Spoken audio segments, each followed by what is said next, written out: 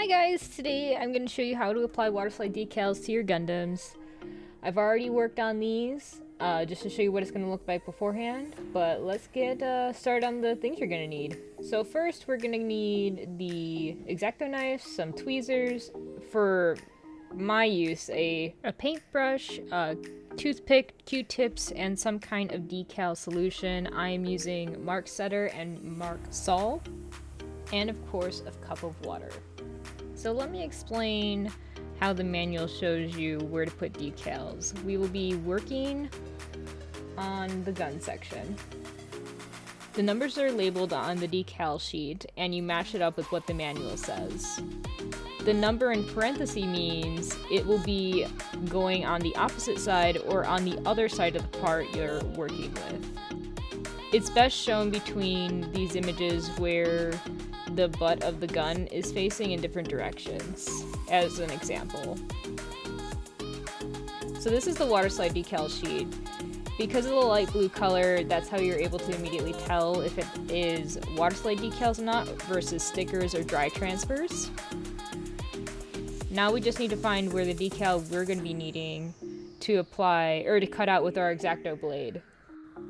Also, while cutting out decals, you want to make sure to kind of leave yourself enough room so you're able to, when you use your tweezers to hold on to the decal, you're able to slide it off a little bit, and then you'll be able to handle it better versus like cutting it super close.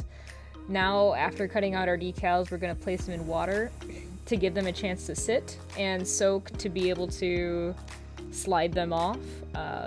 Hence Waterslide decals. I know, it's a fancy thing. So we're gonna let those sit for a little bit, and now what we're gonna do is we're gonna take our Mark Setter, and what the Mark Setter does, it helps it adhere to painted or non-painted parts. You need like a decent amount of the solution on. You don't need an excessive, like a pool full of it, just enough to make sure that the solution is going to be also absorbed into water when we take off the decal from the decal sheet. Just make sure to clean off your brush.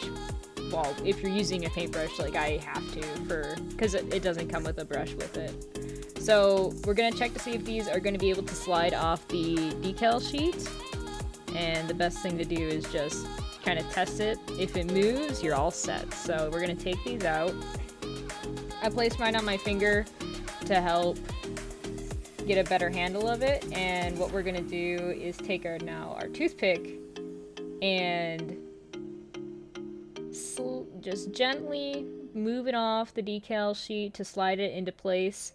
Now, it doesn't have to be perfect at first, because you still have a really good amount of time to work with this. Because it's water, it doesn't evaporate right away.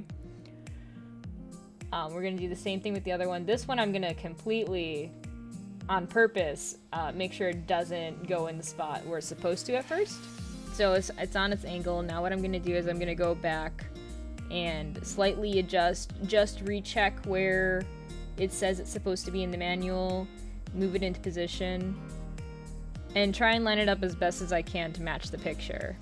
What's great about the Waterslide decals, if you need to, just add a little bit more water underneath the decal and you're able to then move the decal around a lot easier.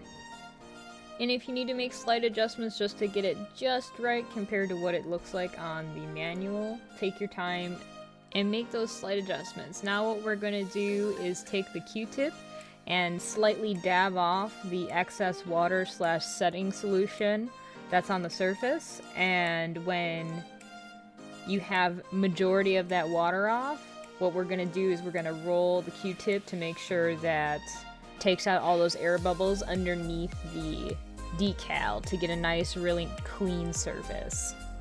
And I'm going to do those on a few more just to show you as an example in sped up form, and I'll meet you back in a few minutes.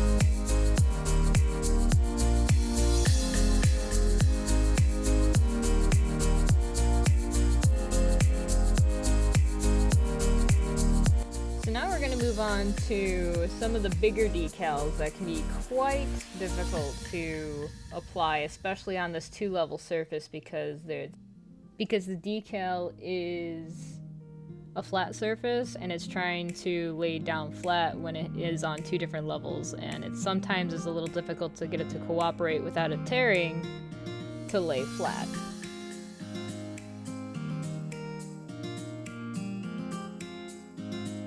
So again, we're just gonna cut out this really big decal and as close to it as possible, but by, again, not actually cutting the decal itself. So because it's a bigger decal, it's gonna take a little bit longer for it to be able to rise up from the sheet in water. So it's a good thing because we're gonna need to lay down quite a bit of this setting solution. Because the more setting solution we have for this, the better to help it really stick to the plastic. Otherwise, it's gonna, when it's trying to adhere to that curve, what will happen is it will just lift off and you're gonna have a decal that's kind of going horizontally instead of sticking to the surface.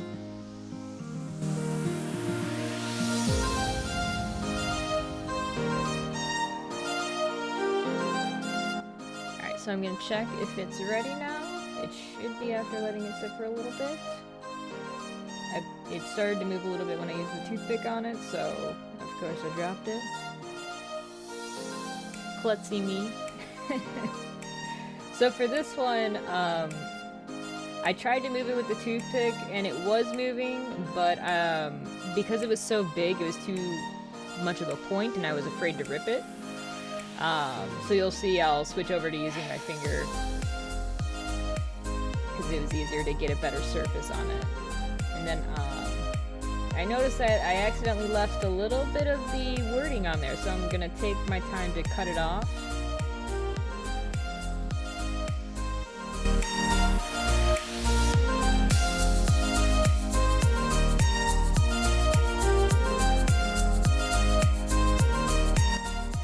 And unfortunately, when I did that, I took a little bit of the corner of the A with it. So it's on my finger right now, but it's not the end of the world. It's okay. I will fix that. I'll show you how to fix that once we get the bigger portion of the decal on. So I noticed when it was applied, I'm gonna have to first try and get into position. Take the little piece that came off on my finger, and we're gonna line that up as best we can after putting down some mark setter solution.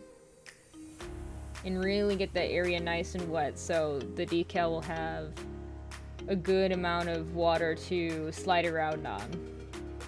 Otherwise I'll have more rips. Because it's a very thin sheet of plastic almost. It tears extremely easily.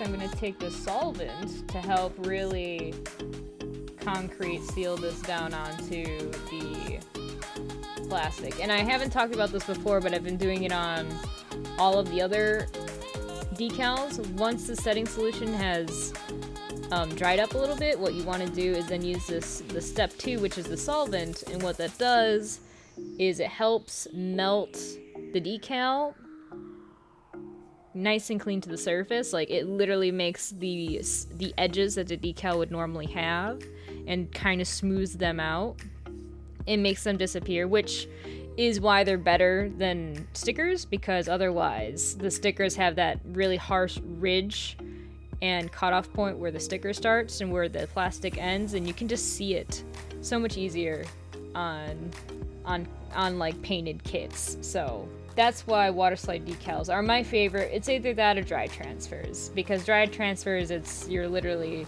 just taking an adhesive that is it doesn't have any kind of like ridge to it. It's just essentially a picture that you're putting right on there.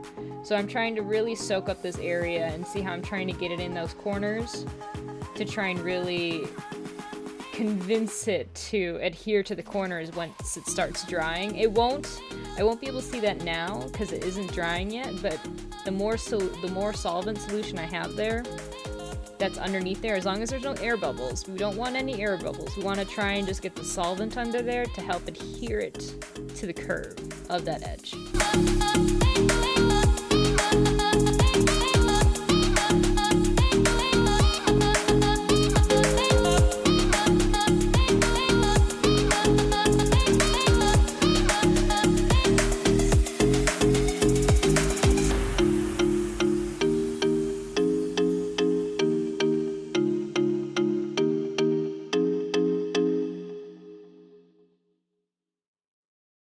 So on this next part, when I'm also taking off the water slide sheet, it ends up ripping right in half, and I'm like, oh, well, that's great. Again, we're just gonna practice putting it back together and making it look like it never even happened in the first place. And what's great about the setting solution is once you do get it right up next to the other half that you ripped it with, it pretty much bonds itself back together anyways. Just be patient, making sure to line up all the details, and you'll be great from there. So don't worry if you end up ripping any parts. I do it all the time, but I make it sure that no one knows about it because I just fix it. Well, anyways, I hope you guys enjoyed this video. Like, subscribe, comment. Definitely leave a comment if you have any further questions in the down below, because I'm more than happy to answer them for you. But I'm super happy to be making a content again for you guys. I have a ton of cool stuff that I really am excited to start on in the future. Gonna be doing some unboxings and all that fun stuff. Also, thank you for all the new subscribers. I see all of you, and it makes me really excited to start making content again. Last year, of course, I say it every year, but I'll be getting back into it for sure. But thank you so much again. I'll see you again next time. Bye bye.